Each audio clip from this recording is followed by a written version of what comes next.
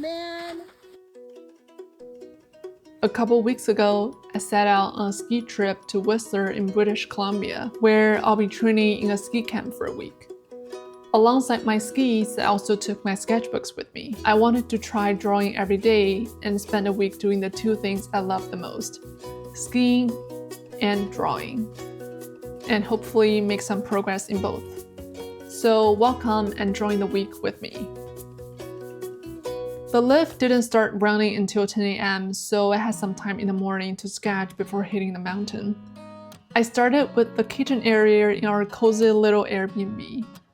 This pocket sketchbook has actually been with me on my last 2 ski trips as well. I pull it out whenever I have some idle time, like when I'm waiting at the airport or winding down at night.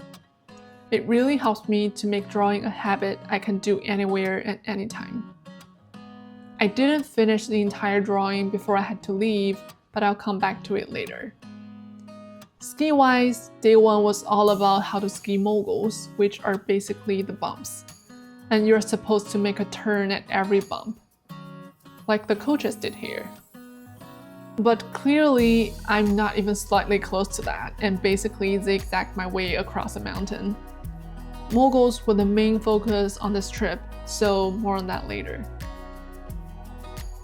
At night, I finished this hat drawing I had started back home, and I actually really liked how it turned out. Looked pretty 3D dimensional, I think.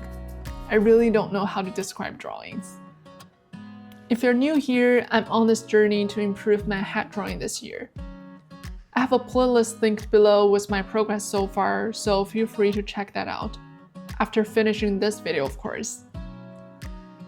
I've been focusing on value studies lately, so for these drawings, I try to stick to just 3 values: light, mid-tone, and shadow. I'm also trying to learn how to use stump for blending, which you can probably tell I'm still struggling with. I don't like this head as much. I think the shadow shape design could be better. Time to go to bed. I'll see you tomorrow. Day 2 was an absolutely beautiful day. Our plans got changed though, and we ended up training in park instead. The instructor had us started on this box, and I just kept falling. It hurts so much just by looking at it again. I probably fell more than like 10 times. But gradually I started falling less. Until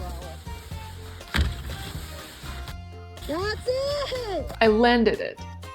And more successes from there. This whole fail, repeat, fail better thing reminded me so much of learning to draw. Lots of frustration, very painful, literally in this case. But progress eventually comes when I keep committing to it. It was such a brutal day. Half of my hip turned purple because I fell too many times on that box, and I didn't draw at night. Day 3, I finished this little drawing of the kitchen and fireplace I started on day 1. My perspective's off, but I still like it. I love this sketchbook so much. It's small, so pretty easy to fill on the go even when I don't have a lot of time. But what I love the most is how it captures memories in a way photos just can't. I remember exactly where I was, who I was with, and how I was feeling. It takes me right back into the moments. Back to skiing, we worked on park jumps today. And I still kept falling, and falling. But luckily, it didn't hurt as much this time. I even did airbag jumps a couple times. It was really terrifying. I felt like I was risking my life. Oh yeah! Yeah! I could even feel my adrenaline level go up as I rushed down the slope. But it also kind of felt amazing to fly. We even captured a snowboarder chasing a bear. Please don't do that. Finally, a rest day, so much needed, which also meant I have more time to draw. The morning sun is so nice and warm. I set up this little thing and started sketching. I enjoyed the moment so much that I just hope my life is like this every day, where I wake up, get some coffee, enjoy the sun, and get lost in drawing. I also drew my friend while she was working, but I completely messed up the hat. Everything about this hat is so off, don't even talk about likeliness. Later that day, I walked around the village. This was where the 2010 Winter Olympics Games were held. It's so beautiful. I wish I had taken more videos. At night, I finally went back to my hat drawing practice. It looked okay, but I could have put more mid-tone in some areas. Regardless, I'm glad at least I got to draw one hat today. Now, with 3 days to go with the camp, we went back to moguls. I started to make some progress with going downhill instead of going sideways. I tried very hard not to fall until I fell again. That night, I managed to draw one hat using alcohol marker. This is a medium I'm still very new to, and I don't know how to blend them.